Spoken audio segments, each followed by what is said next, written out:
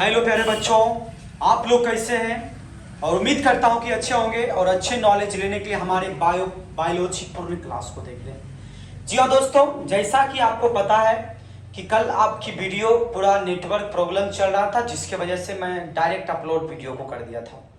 और बच्चों, आप आज से आपकी जो लाइव क्लास चल रही थी बिल्कुल चलेगी, आपको आज से दिक्कतें नहीं होगी। तो चलिए बच्चों, सभी को नवरात्रि की ढेरों सारी शुभकामनाएं। और बच्चों, इस नवरात्रि में हम लोग अपने मन में माँ दुर्गा से मांगेंगे कि हम वो सारी क्रिया कर सके जो हमें जरूरत होता है। तो चलिए बच्चों, सभी को आज की सेशन में, आज की बायो की स्टार में सभी का गुड इवनिंग है, स्वागत है। बिल्कुल बच्चों, अगर आप इस चैनल पर नए हैं तो इतना आपका कर्तव्य बनता है कि चैनल को सब्सक्राइब कर दें। वीडियो को आप अपने दोस्तों के साथ, आप अपने मित्र मित्रानियों के साथ और हमारे बायो के शेरनियों के साथ शेयर कर दें, ताकि इस वीडियो का मकसद है सभी बच्चों को शिक्षित करना और बायोलॉजी में अच्छा नंबर लाना। तो बच्चों चलिए, मकसद को तैयार रखे हैं, बायोलॉजी को मुकाम रखे हैं। तो आज से क्लास अपनी करेंगे बायो की सुपरस्टार। और आज बायो का पहला चैप्टर खत्म होने वाला है, बिल्कुल मजे से अंदाज में पढ़ेंगे बच्चों। तो चलिए जल्दी से चैनल को आप अपने दोस्तों के साथ शेयर कर दें। कल तक जो हमारी क्लास चल रहा था पवन सिंह का गीत ले लो पुदीना, और आज जो हमारी क्लास होगी जीवन चक्र की अवस्थाएं या प्रवस्थाएं, जीवन चक्र की, मैं दूसरा मार्कर यूज करता हूं प्यारे बच्चों, जीवन चक्र की अवस्थाएं। सभी बच्चे मन से पढ़िए, सभी को गुड इवनिंग। बिल्कुल बच्चों, क्योंकि चैप्टर हमें फास्ट खींचना है, 16 चैप्टर है, चैप्टर को फास्ट खींचेंगे तभी तो फास्ट बढ़ोगे। चलिए, सभी जितने भी जन कमेंट कर रहे हैं, बिल्कुल मैं सभी को देख पा रहा हूं। क्या मेरी आवाज क्लियर जा रही है ना? किसी को कोई दिक्कत नहीं? दिक्कत होनी चाहिए। क्या वीडियो का क्वालिटी ठीक आ रहा है प्यारे बच्चों? बिल्कुल आना चाहिए। तो चलिए, सभी का मैं कमेंट देख रहा हूं, बिल्कुल सभी बच्चे हमारे बायो के स्टार कमेंट कर रहे हैं। बिल्कुल बिल्कुल सभी को गुड इवनिंग। बिल्कुल बच्चों, चलिए अपनी जो टॉपिक है जीवन चक्र की अवस्थाएं, जिसे प्यार से अच्छे से शब्द में बोला जाता है phase in life cycle. Phase in life cycle, ये जो बच्चों हम आपको पढ़ा रहे हैं, एक चार्ट है जिसका नाम है फ्लो चार्ट, शॉर्ट मेथड होता है। जो हमने लिखा है पढ़ो वही जो एग्जाम में आए। आप शुरू से पढ़ के आए हो, लेकिन आप हमारी वीडियो को इसलिए देख रहे हैं काहे कि आपको बोर्ड एग्जाम में अच्छे तोड़ के नंबर लाना है। तो वही से हम लोग शुरुआत करेंगे। तो सबसे पहले जीवन चक्र की जो प्रवस्था होती है ना बच्चों, ये 3 अवस्था होती है। कितना मैंने बताया? 3 अवस्था बताया। पहला अवस्था का नाम होता है बच्चों किशोरा अवस्था। किशोरा अवस्था, ये क्वेश्चन आपके बिहार बोर्ड में पूछा जाता है। दूसरा क्वेश्चन है प्यारे साथियों प्रजनन अवस्था। ये कौन सा क्वेश्चन मैं दूसरा बता रहा हूं? प्रजनन अवस्था। और तीसरा बच्चों कौन सा अवस्था होता है? जीर्णा अवस्था होता है। जब हम लोग बूढ़े हो जाएंगे तब कौन से अवस्था में होंगे? जीर्णा अवस्था में होंगे। किसी को कोई दिक्कत है क्या बच्चों समझने में? कोई परेशानी है लिखावट में? नहीं होना चाहिए, क्योंकि हमारे सभी बायोलॉजी के सुपरस्टार हमें देख रहे हैं। अब ये जो बच्चों प्रजनन अवस्था होती है ना, प्रजनन अवस्था 2 प्रकार की होती है। एक होता है पादपों में प्रजनन, पादप में प्रजनन, और एक होता है बच्चों जंतु में प्रजनन, या जंतुओं में प्रजनन कर सकते, कोई दिक्कत नहीं आपको। समझ में आ रहा है? मैंने बताया एक पादप में प्रजनन होता है और एक किसमें होता है? जंतु में प्रजनन अवस्था होता है। या अवस्था कर देते हैं यहां पर, या उधर भी अवस्था कर देते, कोई दिक्कत नहीं होने वाला है। अब ये जो पादप प्रजनन होते हैं ना बच्चों, ये भी 2 प्रकार के होते हैं। पहला पौधा वो पौधा होता है जो साल में एक बार होता है, जैसे नाम मैं बता रहा हूं मोनोकार्पिक। मोनोकार्पिक पौधा, और ये क्वेश्चन बिहार बोर्ड में पूछा जाता है। और मोनोकार्पिक पौधा के बाद एक बच्चों आता है पॉलीकार्पिक। पॉलीकार्पिक पौधा, मैं 2 पौधा का एग्जांपल दिया, एक का नाम दिया मोनोकार्पिक, एग्जांपल नहीं नाम लिखा हो। एक का नाम दिया है मोनोकार्पिक और एक का नाम क्या दिया है प्यारे बच्चों, पॉलीकार्पिक पौधा। लेकिन ये जो सर मोनोकार्पिक पौधा होता है ना, ये भी दो प्रकार का होता है प्यारे बच्चों, दिखाई दे रहा है ना प्यारे साथियों, दिखना चाहिए आपको। अब पहला होता है बच्चों कौन सा, एक वर्षीय पौधा।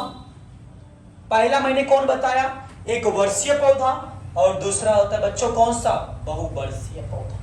दूसरा कौन सा होगा बच्चों, बहुवर्षीय पौधा होगा, बहुवर्षीय पौधा होगा। हमारे बायो के जितने भी स्टार हैं बिल्कुल इस क्लास को करें। और उसके बाद जंतु प्रजनन में भी क्या होता है, दो प्रकार होता है, एक मौसमी प्रजनन होता है, एक मौसमी प्रजनन, एक प्यारे साथियों कौन सा होता है, सतत प्रजनन होता है। एक मौसमी प्रजनन और एक सतत प्रजनन होता है। तो यहां तक लिखिएगा प्यारे हमारे बायो के स्टार, स्क्रीनशॉट लीजिए, तब तक मैं आपका पीछे देखता हूं। आज आपकी वीडियो क्लियर आ रही है ना बच्चों, किसी को कोई दिक्कत नहीं आ रहा है, बिल्कुल आनी भी नहीं चाहिए हमारे बायो के स्टार को। चलिए, हमें उम्मीद था, विश्वास है कि मैं आपको समझा पा रहा हूं, और हमें विश्वास है कि आप लोग स्क्रीनशॉट कर लिए। थोड़ा समझिए, जीवन चक्र की अवस्था बच्चों तीन होती। कोई भी बच्चा जन्म ले रहा है, उसके बाद थोड़ा सा उसमें वृद्धि होगा तो जीवन किशोरावस्था 12 साल के बाद, उसके बाद प्रजनन की अवस्था, उसके बाद लास्ट में होता है बूढ़ा वाली अवस्था, जीर्णा अवस्था। बच्चों जहां भी लिखा रहे मेरे प्यारे बायो वाले समझना है, जीर्णा अवस्था आपको जहां भी लिखा रहे तो उसका मतलब क्या समझना है, बूढ़ा अवस्था। क्या समझना है साथियों, बूढ़ा अवस्था। उसके बाद ये जो प्रजनन अवस्था होती है, प्रजनन अवस्था कहने का मतलब दो अवस्था, एक का नाम होता है पादप प्रजनन और एक का नाम होता है जंतु प्रजनन। अब ये जो पादप प्रजनन होती है ये भी दो प्रकार की, एक का नाम मैंने बताया मोनोकार्पिक पौधा। अब बच्चों समझना ये मोनोकार्पिक पौधा क्या होता है, और एक मैं पढ़ाऊंगा पॉलीकार्पिक पौधा क्या होता है, जिसके अंतर्गत आपको पढ़ना पड़ेगा। पहला एक वर्षीय पौधा जो साल में एक बार ही होता है। एग्जाम्पल में क्या बताओगे, जैसे बच्चों आप धान बोल सकते हो, जैसे बच्चों आप मक्का बोल सकते हो, जैसे बच्चों आप गेहूं बोल सकते हो, इस साल में एक बार लगाया जाता है। दूसरा बहुवर्षीय पौधा। अब बहुवर्षीय जो सब दिन के लिए टिक रहा है वो बहुवर्षीय, जैसे आम का हो गया, अमरूद हो गया, ये सब कौन सा होगा बच्चों, ये बहुवर्षीय पौधा होगा। उसके बाद जंतु प्रजनन दो अवस्था में होती है। पहला का नाम कौन सा प्रजनन, मौसमी प्रजनन, जो मौसम के अनुसार प्रजनन होता है, जो कैसे सर, समय के अनुसार परिवर्तन होता है। और दूसरा होता है सतत प्रजनन, जो सालों साल चलते आता है। कोई दिक्कत है, कोई परेशानी है बच्चों, कोई डाउट है, कोई समस्या, बिल्कुल समस्या नहीं होना चाहिए क्योंकि हमें बायोलॉजी वाले। तो चलिए बच्चों, नेक्स्ट सबसे ज्यादा क्वेश्चन पूछने वाला क्वेश्चन होता है किशोरा अवस्था किसे कहते हैं। तो डालेंगे हम अपनी स्टार किशोरा अवस्था। सभी लिख लिया है ना, बिल्कुल सभी लिख लिए होंगे, स्क्रीनशॉट लेते रहिए। और सभी को एंजॉय के साथ साथ आपकी अपनी क्लास बायोलॉजी पूर्ण शुरुआत हो चुकी है। बिल्कुल आपकी क्लास डेली चलेगी, बिल्कुल बिल्कुल किसी को दिक्कत नहीं होने देंगे। बिल्कुल कल कहाँ थे सर, कल आपकी वीडियो लेट क्यों आ रही थी। बिल्कुल बच्चों आज आपकी वीडियो सही समय पर आई है ना, अब डेली आएगी सही समय पर। थोड़ा सा कल नेटवर्क प्रॉब्लम था जिसके वजह से वीडियो हमारी नहीं जा पाई थी। तो पहला हम लिखेंगे बच्चों क्या चीज, किशोरा अवस्था। पहला टॉपिक हमारा रहेगा किशोरा अवस्था। ये टॉपिक हमारा है और हम हिंदी माध्यम को पढ़ा रहे हैं। और इस टॉपिक में सबसे पहले लिखेंगे बच्चों इस काल में, अरे यार एक मिनट रुक जाओ, अब क्या प्रॉब्लम हो गया भाई साहब।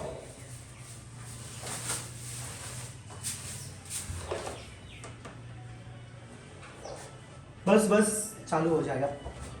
चलिए लिखेंगे इस काल के प्राणी में, इस काल के प्राणी में, इस काल के प्राणी में, इस काल के प्राणी में तीव्रता से वृद्धि होती है, तीव्रता से वृद्धि होती है।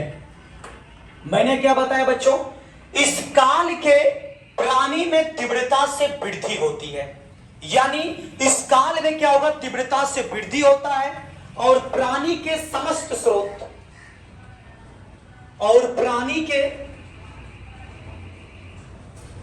समस्त स्रोत, और प्राणी के समस्त स्रोत वृद्धि एवं विकास में,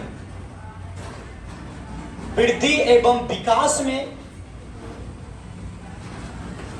वृद्धि एवं विकास में उपयोग हो जाते हैं, उपयोग हो जाते हैं। तो प्यारे हमारे देवी और देवताओं, प्यारे हमारे बायो के सुपरस्टार, तो आप लोग बिल्कुल सुपरस्टार की तरह बनना है तो पढ़ना पड़ेगा। उपयोग हो जाते हैं जिसे किशोरा अवस्था कहते हैं, जिसे किशोरा अवस्था कहते हैं। प्यारे बच्चों, कोई दिक्कत है हमारे बायो स्टार को? नहीं होना चाहिए। मैं बच्चों क्या समझा रहा हूं, क्या आपको समझना है, इस बातों पर ध्यान देंगे। कहने का मतलब इस काल में, काल को बच्चों हम लोग अवस्था लिख सकते हैं, काल को बच्चों हम लोग अवस्था के साथ साथ प्रवस्था भी लिख सकते हैं, कोई दिक्कत नहीं होना चाहिए। इस काल में, काल के प्राणी में तीव्रता से क्या होती है? वृद्धि होती है, बहुत ज्यादा तीव्र से वृद्धि होना, और प्राणी के समस्त स्रोत वृद्धि एवं विकास में उपयोग करता है, वृद्धि भी करता है और साथ ही साथ उसका शरीर क्या करता है? विकास करता है, विकास करता है। तो सर मजा नहीं आ रहा है, आप इसका उदाहरण अगर आप में है क्षमता, क्या सर आप उदाहरण दे सकते हो?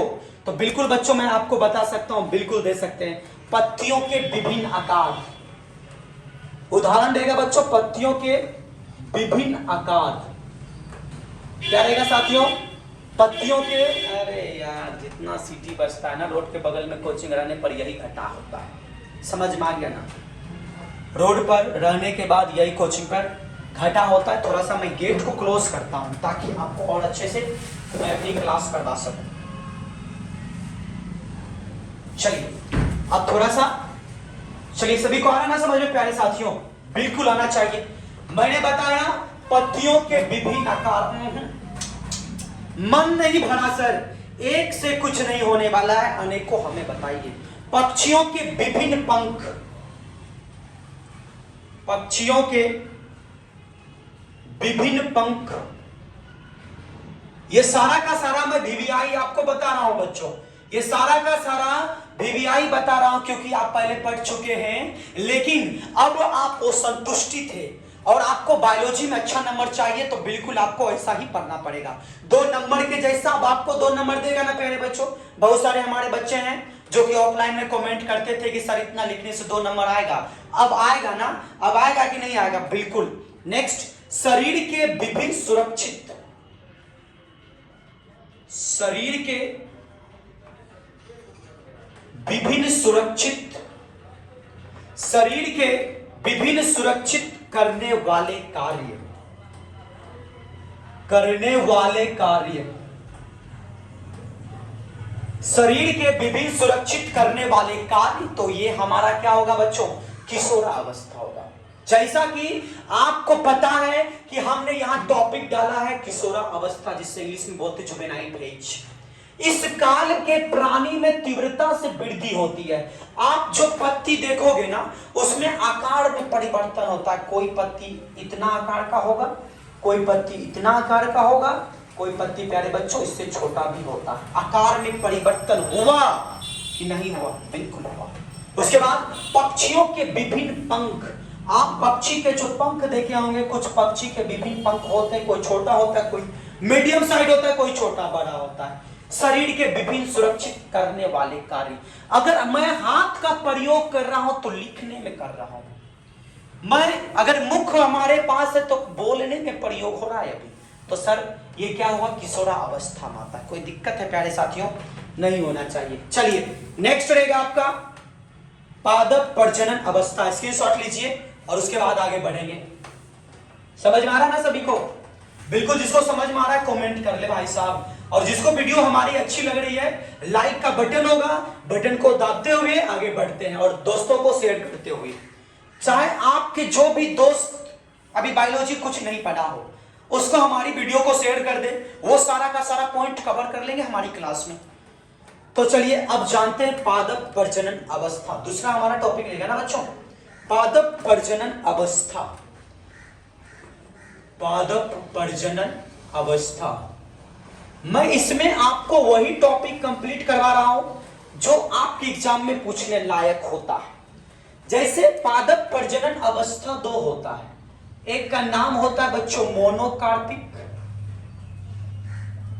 एक का नाम प्यारे बच्चों क्या होता है मोनोकार्पिक पौधा, और एक का नाम क्या होता है बच्चों पॉलीकार्पिक पौधा। और ये हमारा वीडियो लाइव जो हो रहा है आपके बेगूसराय से हो रहा है। अगर आप दूसरे स्टेट से पढ़ रहे हैं, दूसरे स्टेट मतलब राज्य से भी पढ़ रहे हैं या दूसरे डिस्ट्रिक्ट से भी पढ़ रहे हैं, तो हमारी इस वीडियो को आप अपने दोस्तों तक फैलाएं। अगर आपको ऑफलाइन करना है तो बिल्कुल बेगूसराय आपके लिए सुरक्षित जगह है, आ सकते हैं और मन ध्यान से बायोलॉजी को तहलका में ला सकते हैं। तो चलिए सबसे पहले पढ़ेंगे हम लोग मोनोकार्पिक पौधा। यह भी क्वेश्चन हमारे बोर्ड एग्जाम में पूछा जा चुका है, आपसे क्वेश्चन पूछेगा प्यारे साथियों मोनोकार्पिक पौधा क्या होता है। तो इसमें लिखेंगे ऐसे पौधे जो अपने जीवन काल में, ऐसे पौधे जो अपने जीवन काल में, ऐसे पौधे जो अपने जीवन काल में केवल एक बार पुष्प धारण करते हैं, केवल एक बार पुष्प धारण करते हैं।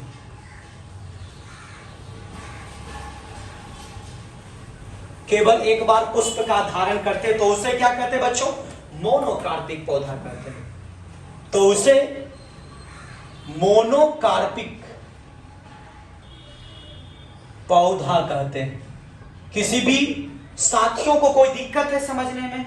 मैंने बच्चों क्या बताया कि ऐसे पौधे जो अपने जीवन काल में सिर्फ एक बार ही पौधा का क्या कर सके पुष्प धारण करता है। तो सर आप एक चीज बताइए हमें, आप हमें एक चीज बताइए सर इसका उदाहरण। तो बिल्कुल बच्चों मैं आपको उदाहरण बनाने के लिए तैयार हूं। उदाहरण में सर गेहूं होगा ना बच्चों, उदाहरण में धान होगा ना बच्चों, उदाहरण में क्या होगा मक्का होगा ना बच्चों, उदाहरण में क्या होगा ये बांस होगा ना। बांस जो होता है अपने जीवन काल में जो पुष्प देते कितने वर्ष में 48 से लेकर 100 वर्ष में। लेकिन एक और नाम होता है। अब आपसे क्वेश्चन पूछेगा 12 वर्षों में कौन पौधा एक बार पुष्प देता है? तो बच्चों नीला कुरिंजी को आप नाम सुने हो ना, नीला कुरिंजी, नीला कुरिंजी ये कितने वर्ष में हो 12 वर्ष में सिर्फ एक बार फूल। ये पुष्प देखा गया था 2006 में। ये पुष्प कब देखा गया था 2006 में देखा गया था। और अंतिम बार ये पुष्प धारण जो किया था वो किया था सितंबर और अक्टूबर में।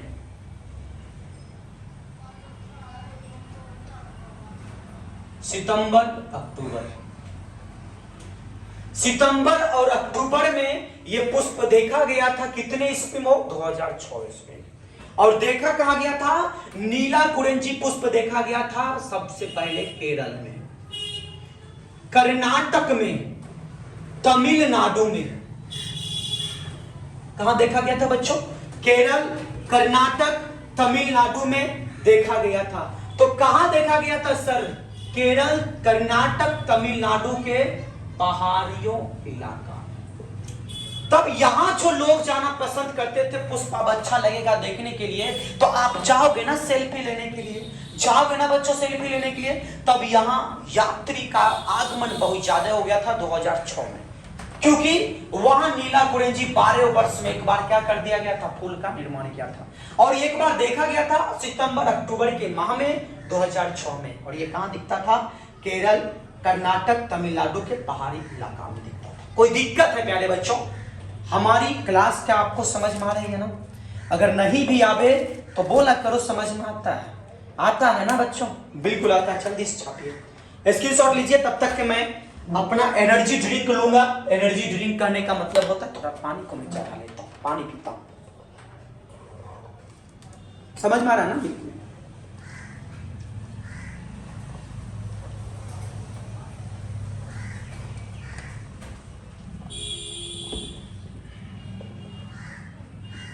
हो गया बिल्कुल। अब चलते हैं, चलिए चलिए, सभी का कमेंट आ रहा है बिल्कुल जबरदस्त। जबरदस्त तरीका से पढ़ना भी है और जबरदस्त तरीका से बायोलॉजी में नंबर भी लाना है। हो गया ना। दूसरा टॉपिक रहेगा बच्चों पॉलीकार्पिक पौधा। दूसरा हमारा बच्चों टॉपिक रहेगा पॉलीकार्पिक पौधा। पॉलीकार्पिक पौधा दूसरा हमारा टॉपिक रहेगा बच्चों पॉलीकार्पिक पौधा। ये बहुवर्षीय पौधे होते हैं। ये बहुवर्षीय पादप होते हैं। ये कौन से पौधे होते हैं बच्चों? बहुवर्षीय पादप होते हैं जो परिपक्व होने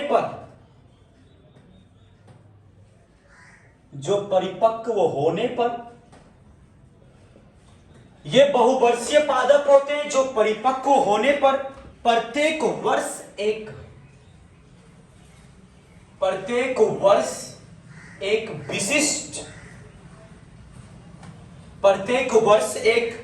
विशिष्ट मौसम में पुष्प धारण करते हैं। विशिष्ट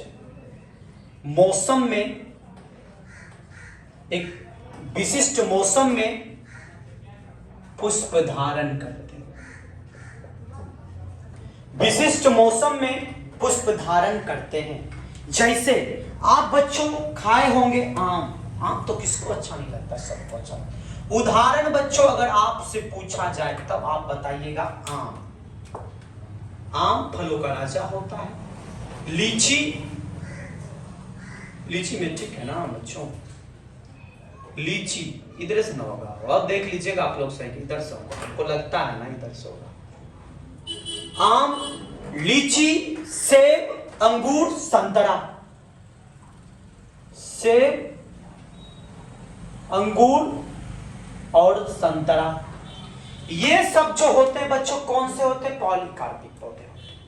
इसमें साफ स्पष्टीकरण से यहां दर्शा रहा है कि पॉलीकार्पिक पौधा ये बहुवर्षीय पौधे होते हैं, यानी सालों साल चलते रहते, जो परिपक्व होने पर प्रत्येक वर्ष क्या करते हैं?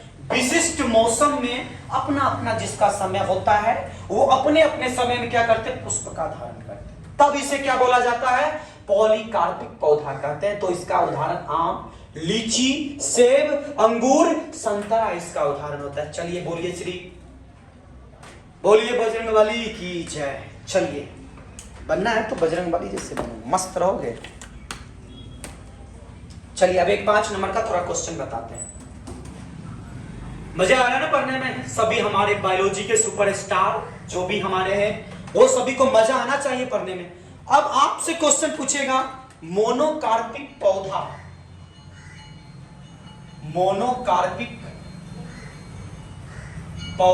ये भी क्वेश्चन बीबीआई है 2 नंबर, और ये क्वेश्चन 5 नंबर में पूछेगा आपसे। मोनोकार्पिक पौधा और पॉलीकार्पिक पौधा में अंतर स्पष्ट करें। जितना भी क्लास हमारा चल रहा है सारा का सारा बीबीआई चल रहा है। तो बच्चों एक तरफ अपना डाला ही है मोनोकार्पिक पौधा और एक तरफ डाला है पॉलीकार्पिक पौधा। तो इसमें लिखेंगे यह पादप केवल एक बार ही पुष्प धारण करते हैं। यह पादप केवल एक बार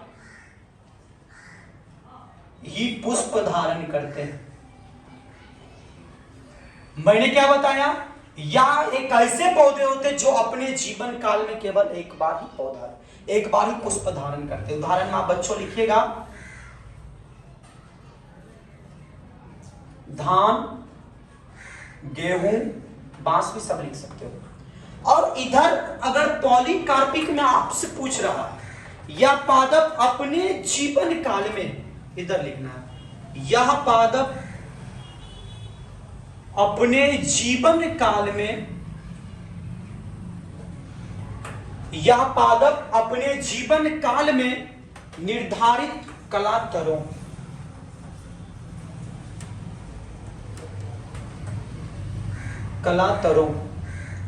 यह पादप अपने जीवन काल में निर्धारित कलातरों में पुष्प धारण करते हैं। धारण करते हैं। यह पादप अपने जीवन काल में निर्धारित कलातरों में क्या करते? पुष्प धारण करते। कलातरों का मतलब होता है रेगुलर, जो जैसे ये हुआ ना, ये तना हुआ, इससे कलिका निकलेगा, पुष्प का निर्माण होना शुरू हो जाएगा। ये होता है कलातरों। दूसरा पॉइंट जो है बच्चों, यह पादप पुष्प और फल के पश्चात मृत हो जाते हैं। यानी कहने का मतलब होता है यह पादप पुष्प और फल, राइटिंग मेरी समझ में आ रही है ना प्यारे साथियों? यह पादप पुष्प और फल के पश्चात मृत हो जाते हैं। फल के पश्चात मृत हो जाते हैं। मैंने बताया यह पादप पुष्प और फल के पश्चात क्या हो जाते हैं साथियों? मृत हो जाते हैं। लेकिन ये पादप पुष्प धारण एवं ये पादप पुष्प धारण एवं ये पादप पुष्प धारण एवं फलन के बाद मृत नहीं होते हैं। फलन के बाद मृत नहीं होते हैं। फलन के बाद क्या होता है साथियों? मृत नहीं होते। लेकिन तीसरा नंबर क्वेश्चन का, तीसरा क्वेश्चन है, यह सामान्यता वार्षिक एवं या सामान्यता वार्षिक एवं द्विवार्षिक, ये सामान्यता वार्षिक एवं द्विवार्षिक होते हैं। यानी सर्वार्षिक का मतलब क्या होता है? वार्षिक पौधा मैं यहां लिखता हूं बच्चों, मेरे प्यारे बायोलॉजी स्टार को कोई दिक्कत नहीं होना चाहिए। वार्षिक पौधा में साल में एक बार होता है गेहूं, साल में एक बार होता है चावल, और साल में एक बार होता है मेरी गोल्ड, चावल का नाम है बच्चों। और दूसरा आपको द्विवर्षीय पूछ रहा है, द्विवार्षिक। द्विवार्षिक पौधा जो होता है बच्चों, जो साल में क्या करे, 2 बार होता है। जैसे नाम सुने होंगे आप, खाए भी होंगे मूली, आप बच्चों खाए होंगे गाजर, ये द्विवार्षिक पौधा। किसी को दिक्कत है हमारे प्यारे बायोलॉजी स्टार को? नहीं होना चाहिए। किसी बच्चों को दिक्कत नहीं है? चलिए, यह पादप बहुवर्षीय होते हैं। यह पादप बहुवर्षीय होते हैं। यह पादप बहुवर्षीय होते हैं। तो इसका एग्जाम्पल में बच्चों आप नाम सुनेंगे, आम, लीची, कटहल, ये सब कौन से पौधे होते हैं? बहुवर्षीय। आप लोग यहां तक नोट कीजिए, उसके बाद मैं आपको और आगे पढ़ाता हूं। चलिए लिखिएगा बच्चों यहां तक।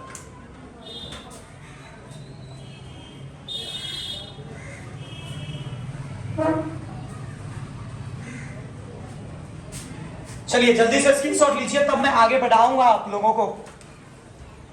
बिल्कुल इस साल आपको एग्जाम में तोड़ के नंबर लाना है प्यारे साथियों, क्योंकि इस साल कुछ करना है, कुछ कर दिखाना है, आपके ऊपर जिम्मेवारी है। समझ गए ना? बहुत बच्चे पढ़ भी रहे होंगे, बहुत बच्चे मोबाइल चला के कहीं छोड़ के आराम से खाना भी बना रहे होंगे, बहुत की मम्मियाँ गाली भी देती होगी कि पढ़े नहीं चाहिए, कि करे चाहिए। तो इसीलिए तो आप लोग पढ़िए मन से, ताकि मम्मी से गाना गाली नहीं सुनना पड़े। लिखे, कोई दिक्कत है? नहीं ना है? अब लिखेंगे बच्चों जंतु प्रजनन अवस्था। चलिए इसको हटाने के बाद लिखेंगे हम लोग जंतु प्रजनन अवस्था।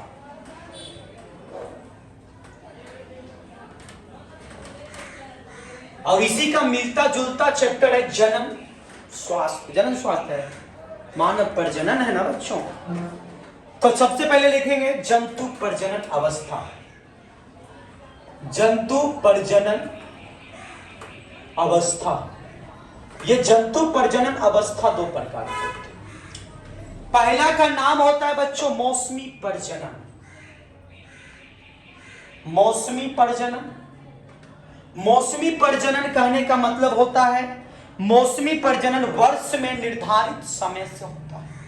जैसे साल में एक बार होगा तो मैं इसका ये जरूरत नहीं है उतना, लेकिन उदाहरण जरूरत है। मेढक, मेढक में बिना मौसम बादल छा जाता है।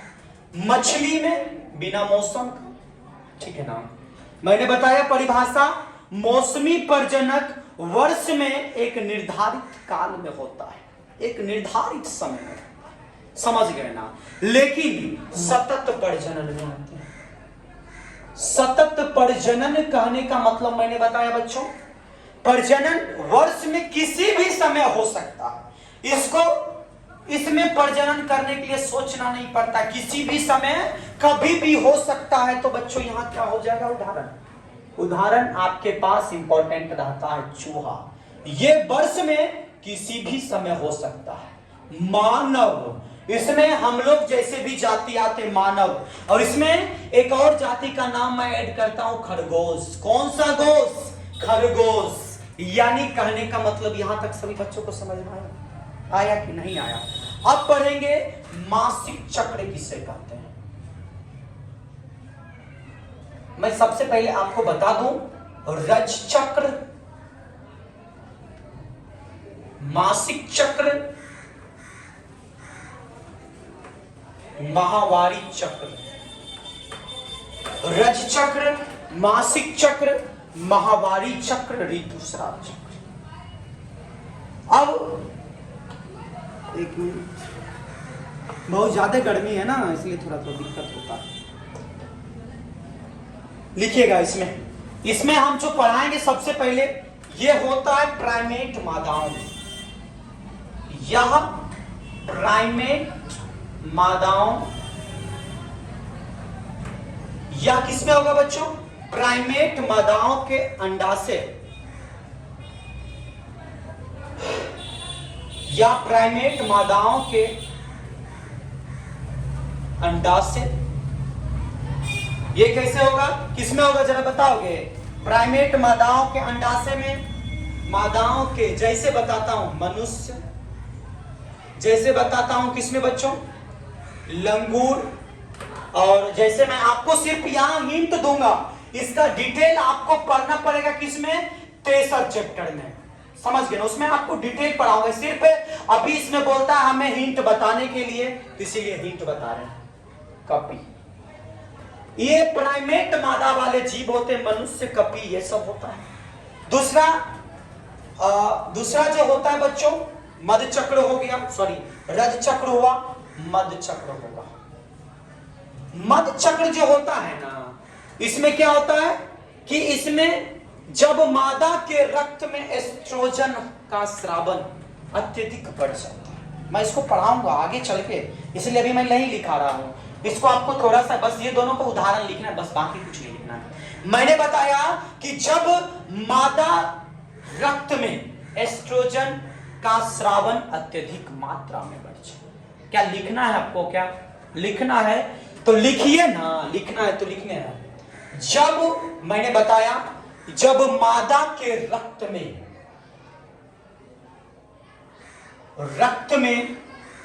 एस्ट्रोजन, जब मादा के रक्त में एस्ट्रोजन का स्रावन अत्यधिक बढ़ जाता है,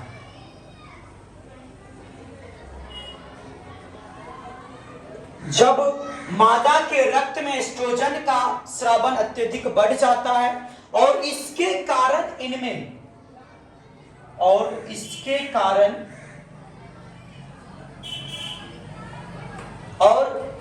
कारण इनमें संभोग की तीव्र इच्छा विकसित होती है। संभोग की तीव्र इच्छा विकसित होती है।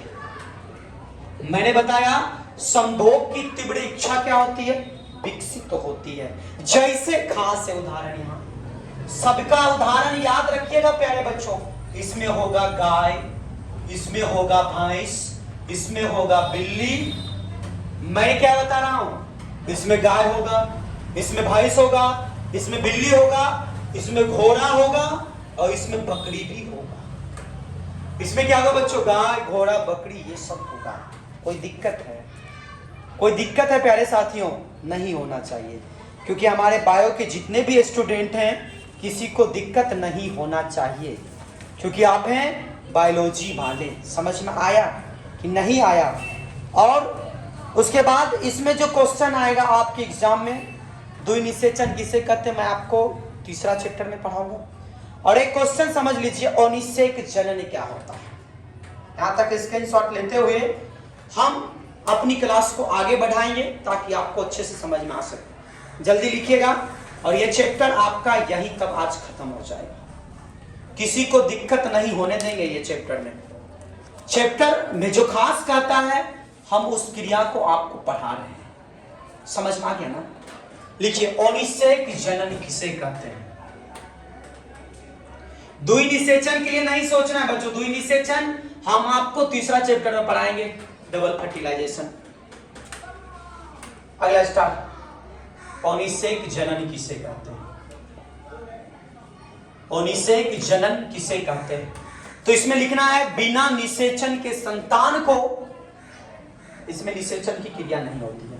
अनिषेक जनन किसे कहते हैं? बिना निषेचन के संतान को अनिषेक जनन कहते हैं। चलिए सभी बच्चे मन ध्यान से पढ़े। अब बगल में जो भी मोबाइल एक्स्ट्रा चला रहे हो ना, खाना भी बना रहे हो ना, वो मत बनाओ, पहले देख लो उसके बाद खाना बनाओ। उदाहरण में बच्चों आपको याद रखना है छिपकली, उदाहरण में याद रखना बच्चों मधुमक्खी। इसमें कौन सा जनन होता है? अनिषेक जनन होता है बच्चों। कौन सा जनन होता है? अनिषेक जनन होता है। अब सबसे पहले हम लोग आपको बताते हैं, सबसे पहले बताते हैं क्या कि जीव का नाम, अर्धसूत्री और अगुणित संख्या क्या होता है। अगर आप एक जीव हैं तो आप में गुणसूत्रों की संख्या कितनी होती है उसके बारे में बताएंगे। तो पहले स्क्रीनशॉट यहां तक लिखिएगा। लिख लिए? बिल्कुल लिख लिए ना हो? मजा आ रहा है ना पढ़ने में? बिल्कुल हमारे बायो के स्टार हैं, सभी हमारे बायो के स्टार हैं। तो एक तरफ हमारा स्टार रहेगा बच्चों, आपका स्टार रहेगा, आपके चाहने वाले बायोलॉजी वाले का स्टार रहेगा बच्चों जीव का नाम। एक तरफ डालेंगे हम लोग जीव का नाम और दूसरे तरफ डालेंगे बच्चों अर्धसूत्राणु में गुणसूत्रों की संख्या। अर्धसूत्राणु में गुणसूत्रों की संख्या। अर्धसूत्राणु कहने का मतलब होता है 2n। अब आगे बढ़ेंगे, युग्मकों के गुणसूत्रों की संख्या। युग्मकों के गुणसूत्रों की संख्या। युग्मकों की गुणसूत्रों की संख्या में n के बारे में पढ़ेंगे। तो प्यारे साथियों, सबसे पहला नंबर आपसे क्वेश्चन पूछेगा, एक तरफ क्रमांक डालना है, क्रमांक संख्या। तो सबसे पहले हम लोग जीव हैं तो पहले मनुष्य को हम लोग दर्शाते हैं। अगर 2n लिखा रहे कहीं भी बोर्ड एग्जाम में, अर्धसूत्राणु तो कितना होता है? 46। अगर इसको तोड़ेंगे तो 23 होता है। उसके बाद बच्चों घरेलू मक्खी, दूसरा नंबर घरेलू मक्खी। और घरेलू मक्खी का जो होगा वो कितना होता है जरा बताओगे? 12 होता है। कितना होता है? 12 होता है। तोड़ेंगे तो 6 में पड़ेगा। उसके बाद तीसरा नंबर होता है बच्चों, तीसरा नंबर कुत्ता। कुत्ता में जो ये अर्धसूत्राणु की जो संख्या होगी वो होता है 78। इसको तोड़ेंगे तो गुना भाग में गुत्ता माता होगा तो 39 होता है। उसके बाद बच्चों होता है बिल्ली, 4 नंबर। बिल्ली की अर्धसूत्राणु में गुणसूत्रों की संख्या जो होती है 38। तोड़ेंगे तो कितना होता है? 19 होता है। उसके बाद सेब, आपको अभी दुर्गा पूजा का चल रहा है नवरात्रि, तो इसमें चलेगा सेब। सेब का अगर आपसे कोई पूछेगा गुणसूत्रों की संख्या कितनी होती है तो ये 34 होगा, तोड़ेंगे तो 17 होता है। कोई दिक्कत है मेरे प्यारे बच्चों को? कोई दिक्कत है? नहीं है। धान में पूछेगा तो धान का होता है बच्चों कितना? 24। इधर टूटेगा तो कितना हो जाएगा? 12 हो जाएगा। उसके बाद बच्चों अगर आपसे कोई पूछे कि सबसे ज्यादा अर्धसूत्राणु की संख्या किसकी होती है, तो अपियोग्लोसम, अपियोग्लोसम, ओपियोग्लोसम की जो बच्चों संख्या होती है वो 1260 होता है, और इसको तोड़ेंगे तो 630 हो जाएगा। सबसे ज्यादा इसी की संख्या होती है, सबसे ज्यादा इसी की संख्या होती है। और ये क्वेश्चन यहां से पूछता है मक्का के बारे में। मक्का में कितना होता है, 20 तोड़ेंगे तो 10, ठीक है ना, 20 तोड़ेंगे तो 10। आलू में कहीं पूछ दे, आलू में कितना होता है, 48, अगर 48 का आधा जाने तो कितना होता है, 44। यहां तक नोट कीजिएगा, यहां तक प्यारे बच्चों आप लोग नोट कीजिएगा। और इसके बाद एक हमारा लास्ट टॉपिक रहेगा। लास्ट टॉपिक कहने का मतलब होता है अंडज और जरायुज क्या होता है, ये भी थोड़ा सा हम आपको हिंट दे दें, और हिंट देने के साथ साथ मैं आपको आगे पढ़ाऊंगा, ठीक है ना प्यारे बच्चों। लिखे, बिल्कुल स्क्रीनशॉट ले लिए होंगे सभी। अब सबसे ज्यादा क्वेश्चन पूछा जाता है सूक्ष्म प्रवर्धन क्या होता है, इसके बाद जो लिखा जाता है सूक्ष्म प्रवर्धन क्या होता है, इसके बारे में बोला जाता है। लिखे ना सभी, बिल्कुल नहीं लिखे तो स्क्रीनशॉट लेते रहिए, लिखते रहिए, मजे से पढ़ते रहिए, बायोलॉजी में तालका मचाते रहिए। एक लास्ट हमारा टॉपिक है इस चैप्टर का जो हमारे बोर्ड एग्जाम में पूछा जाता है, और पूछा है बहुतों बार, तो पूछा भी है प्यारे बच्चों, बहुतों बार पूछा भी है। जैसे इसका नाम होता है सूक्ष्म प्रवर्धन। ये क्वेश्चन आप क्वेश्चन बैंक में देखोगे तो बहुत बार पूछा जा चुका 2 नंबर में। यह एक आधुनिक विधि है, इसमें देखो मैं कैसे लिखता हूं, यह एक आधुनिक विधि है। कौन सा विधि है प्यारे साथियों, आधुनिक विधि है। इसमें मातृ पौधा से प्राप्त, इसमें मातृ पौधा से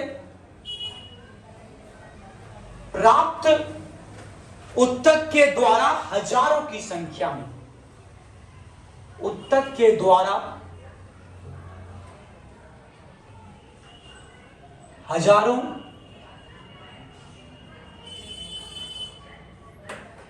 इसमें मातृ पौधा से प्राप्त उत्तक के द्वारा हजारों की संख्या में नए पादपों, हजारों की संख्या में नए पादपों को विकसित कराई जाती है, नए पादपों को विकसित कराई जाती है। थोड़ा सा मैं इंक डालूं क्या, आप लोग तब तक नोट कीजिए तो हो, थोड़ा सा मैं इंक डालता हूं।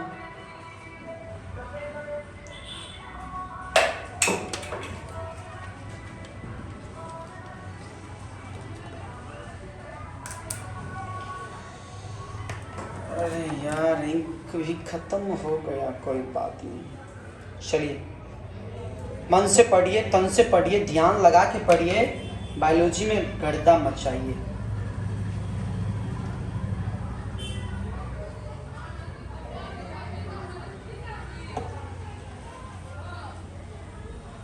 समझ गया ना, बायोलॉजी में गर्दा उड़ा के आना है।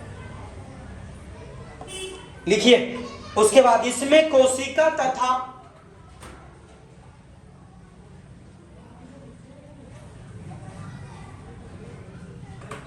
नेक्स्ट पॉइंट है अपना, इसमें कोशिका तथा उत्तक संवर्धन दोनों भाग लेते हैं। उत्तक संवर्धन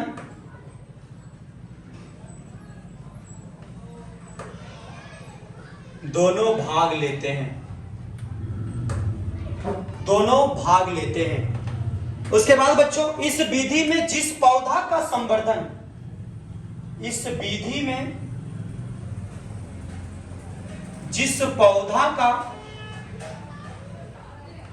संवर्धन, इस विधि में जिस पौधा का संवर्धन कराया जाता है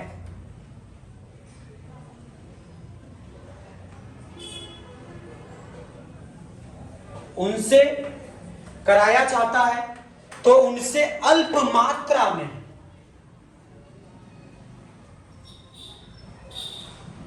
तो उनसे कौन सी मात्रा में? अल्प मात्रा में उत्तक को उचित,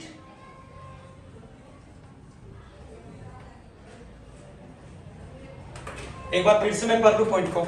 इस विधि में जिस पौधा का संवर्धन कराया जाता है उनसे अल्प मात्रा में उत्तक को उचित संवर्धन माध्यम में विकसित कराई जाती है। उत्तक को उचित संवर्धन माध्यम में,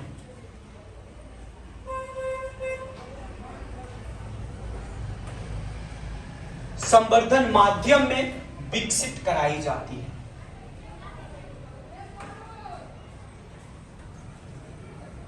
ये आधुनिक है, समझ गए ना? ये इस साल जो चल रहा है ना, इस साल मतलब जो अभी चल रहा है, जैसे एक पौधे से अनेकों पौधा प्राप्त करना, एक पौधा का कोई अंग तोड़ के दूसरे पौधे में सेट कर रहा है, उसी को बोलता है सूक्ष्म प्रवर्धन करता है। उसके बाद विकसित हुए उत्तकों के, विकसित हुए उत्तकों के और संगठित समूह को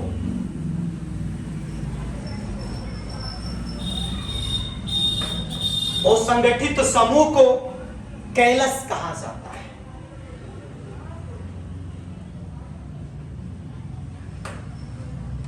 क्या कहा जाता है प्यारे बच्चों? कैलस कहा जाता है। जैसे गुलदाउदी, ये पौधा है, उदाहरण में गुलदाउदी ये पौधा है बच्चों। जैसे आर्किटस,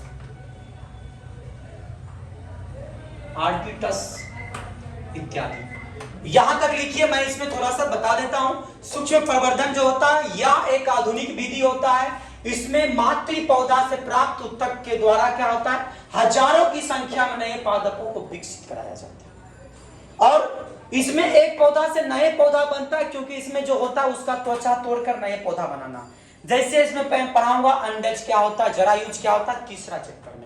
तो बच्चों ये चैप्टर यही खत्म होता है। और बिल्कुल बच्चों यहां तक याद करें, इनसे क्वेश्चन पूछने की संभावना आपके 2025 में होगी। तो बच्चों मिलते हैं नेक्स्ट डे नेक्स्ट प्लान के साथ। तब तक आप लोग बिल्कुल से दुर्गा पूजा मनाइए, मन ध्यान से बनाइए।